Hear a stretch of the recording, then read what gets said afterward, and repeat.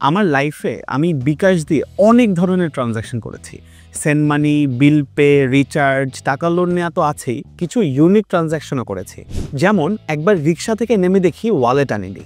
তারপর রিক্সাওয়ালা মামাকে বুঝিয়ে বলার পরে মামা বলল তাকে বিকাশে টাকা দেওয়া যাবে। তো আমার আশেপাশের সবাইকেই দেখি বিভিন্ন ক্ষেত্রে বিকাশ ব্যবহার করে।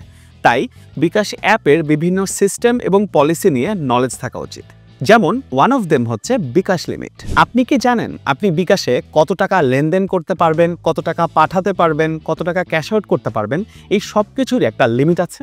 হ্যাঁ, এই যে বিকাশ অ্যাপ ওপেন করলাম, তারপর বিকাশ মেনুতে গেলাম, সেখানে গিয়ে লিমিটস অপশনটিতে ট্যাপ করলাম। এখানে দুটি অপশন আছে, এক ডেইলি লিমিট আর একটি মান্থলি লিমিট। তার ভেতর cash in, cash out, add money, send money, bKash to bank, recharge এমন অনেক সার্ভিসের লিমিট তো দেয়াই আছে, তার সাথে ট্রানজ্যাকশন কাউন্টও দেওয়া আছে। যেমন বিকাশের অ্যাড মানির মান্থলি লিমিট হচ্ছে 50 বার। আমি টিল নাও 12 বার অ্যাড মানি করেছি, অর্থাৎ এই মাসে আমি আর 38 বার অ্যাড মানি করতে পারবো।